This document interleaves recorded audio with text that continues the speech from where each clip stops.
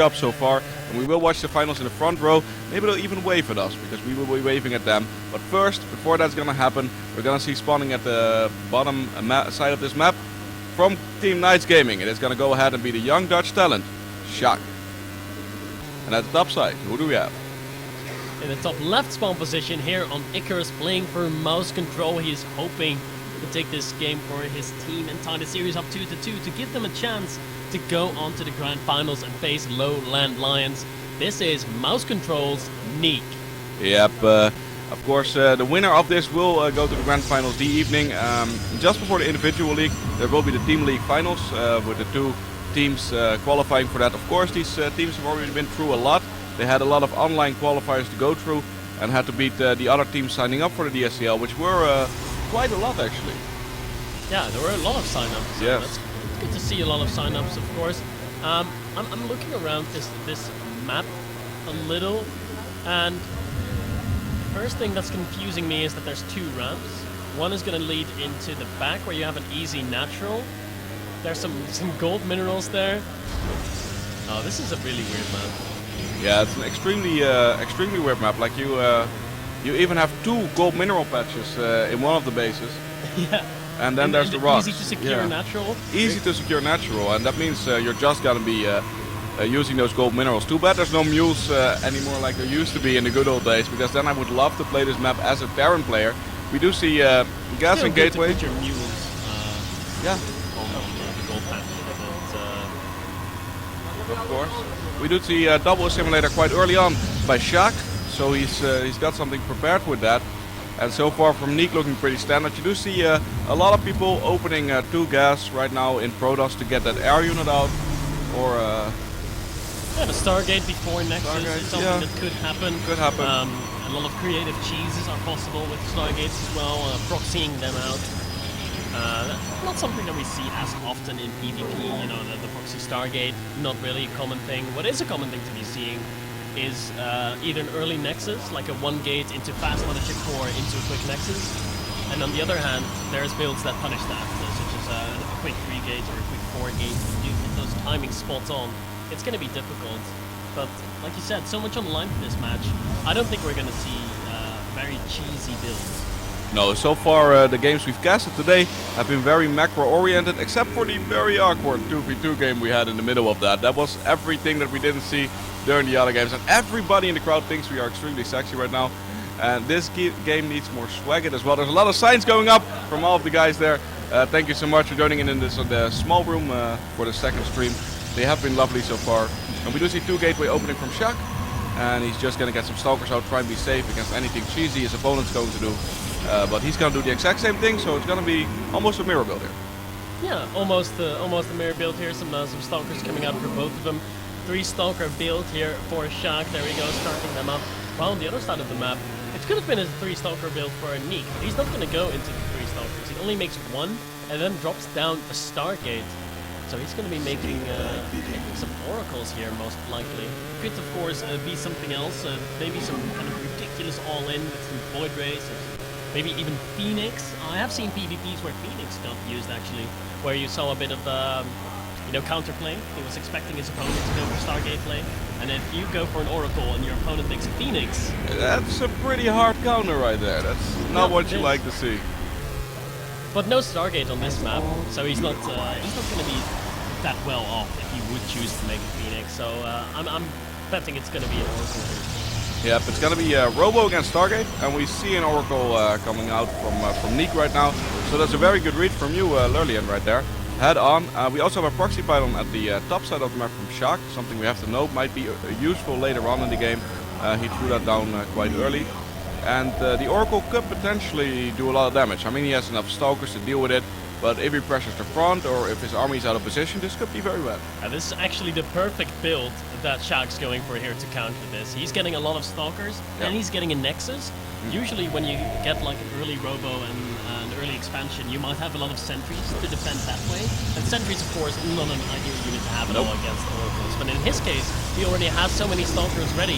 Look at how well in position they already are. The mothership core is there. The mothership core has enough energy for a photon overcharge. I don't think this oracle is going to be doing much. It's going to provide some scouting information. Might get 1 or 2 probes. And if he decides to suicide in, he might get a 3rd. Yep, not what he wants to do is that though. He's gonna fly in, take 2 shots and get out of there as fast as possible. Luckily it's quite a fast unit. Yeah, as long as he doesn't get caught out of position, this is gonna be very good for Shark. And I don't think there's any reason he should be out of position because there's no other attack coming. It looks like Neek is also taking a Nexus. And this is gonna be a very macro-oriented game. And we'll see how these two mineral patches that are golden are gonna come into this. I'm pretty sure they're gonna put all the drones on that first approach. Yeah, they're gonna stack those up, yes. 2 patches there to maximize the mineral income they're gonna get from the early game. That is gonna mean they're gonna mine out really quickly now. So yep. There's an upside, there's a downside. You're gonna have a bigger income early on, but your income after that is gonna be significantly lower. And as we can see, the right click going down on those gold mineral patches, trying to stack the workers on them as much as possible. Both players have finished up their nexus and are in a pretty equal economic position. But overall, I definitely give the advantage to Shark here. He's got a much better unit position right now. Stargate has done nothing. Slight advantage for him, definitely, in the beginning of the game. It means the slight advantage will be the tech is out earlier. And if he starts pushing with 2 or 3 Colossus, that could mean it's a huge difference in the early game strategy.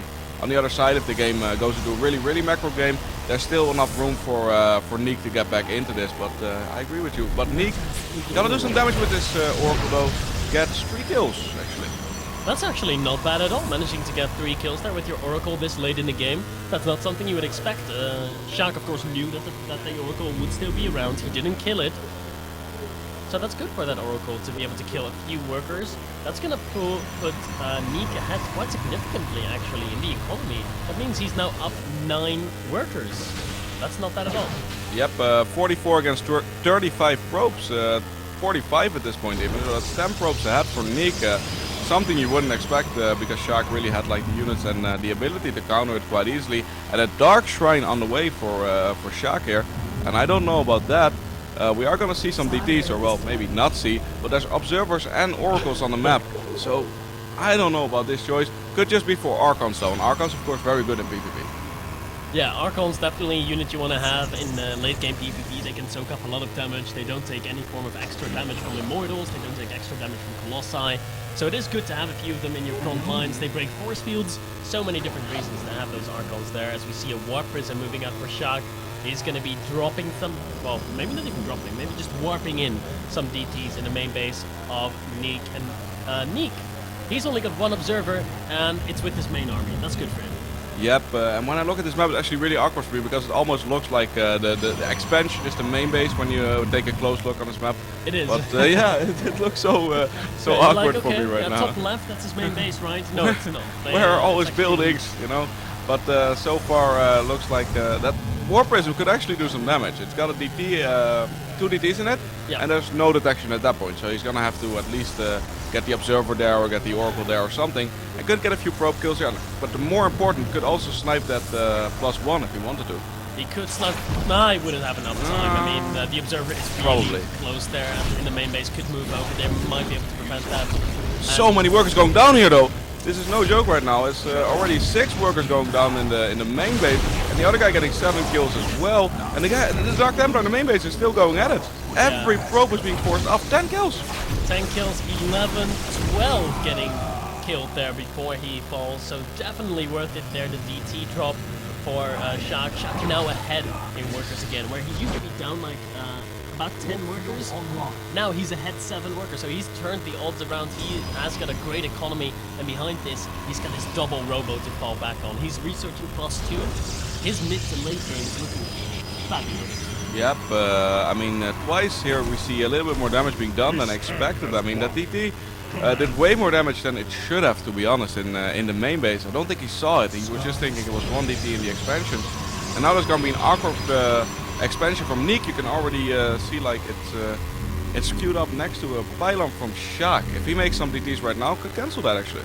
Yeah, he could force the cancel if he wanted to. It's a big investment though. Do you want to really make 3 DTs to be forcing the cancel on that? It's actually going to be some zealots to be applying pressure to this next.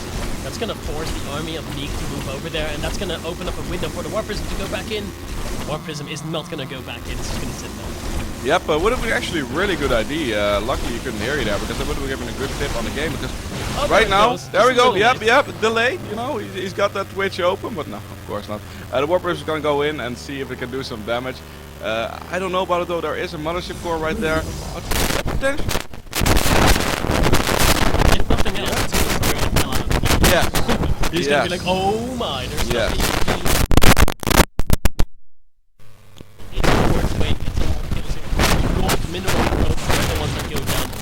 Another 4 or 5 works going down there, Odin. Yeah. That's a nice pick off again. The economy for Neek, it's struggling. Yep, keeping his opponent on his toes right here, Shark is. The Colossus count right now, I think, if I check the unit step, it's 3 Colossus against 3 Colossus. We see a little bit more of Stalkers coming out from Neek, and the same amount of Immortals. So the big units right now are still the same. Yeah, both players also have 2 robotics at this point, so they can double produce Colossi, so neither one will be getting super far ahead or super far behind. But the economy for Shaq is going to allow him to constantly produce 2 Colossi, whereas the economy for Neek has not really enabled him to do so.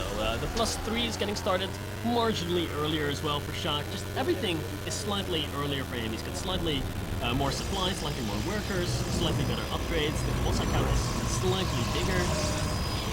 And eventually all of those small things are gonna make one big thing. Yeah, there they we are. go. They're gonna make everything together, make a really big advantage, I'd say.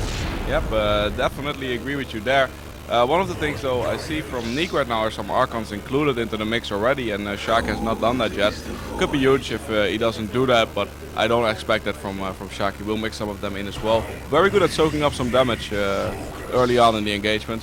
We still see Shark scouting everything out with an illusionary Phoenix. I really like that. It's keeping in check. You're checking, did you add some buildings? What are you doing? What's your army like? What's your upgrades like? Do you, for example, have...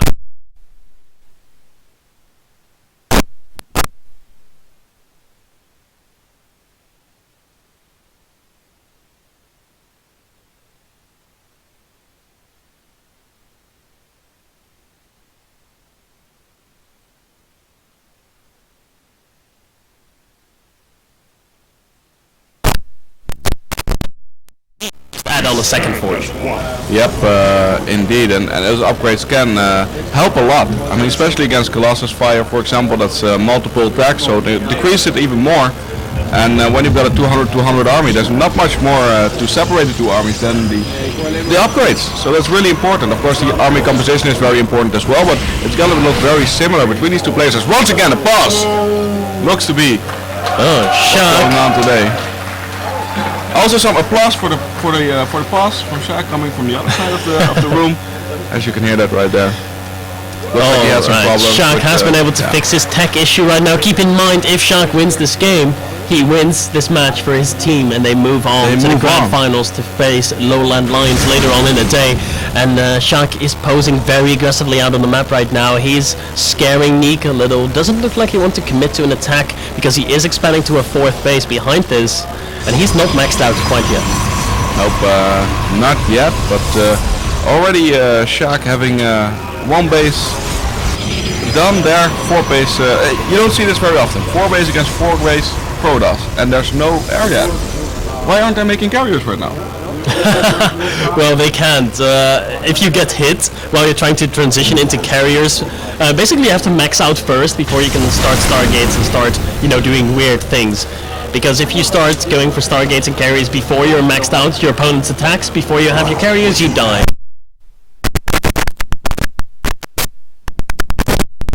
Can be more warping in some zealots in the natural of Neek. They're going to be doing damage while he's going to be pushing into the 30. Armies actually completely missing each other. And what is Neek going to do? Now he realizes he's going to be pulling back. He's not going to go for the base trade. That would have made for a crazy game. He's going to try to defend his 3rd base here. But this is a really bad choke, I think, to run up for Neek. 1 force field actually not moving the Archon into break that. But so far Shark's losing a lot of Colossus here on the other side though. I don't know about this. A lot of the Colossus from Neek will survive, but there's going to be a Zealot flank as well. during this, there's also some zealots killing stuff in the third base, and there are some zealots committed to killing off the Nexus, and it looks like Shaq is pushing through, barely, but will get the better end of this deal right now. The Photon Overcharge, however, shooting him from the back, and I don't know, there's enough to hold this attack going. 2 Colossus against 3, 3 Colossus win. Yeah, Neek, he's not looking good right now. He's losing Colossi everywhere. He's lost all the probes in his natural. The Zealots have been going to town there. They've killed 54 workers. That is an insane amount. The economy for Shaq is still untouched. No counterattacks were executed. So many probes.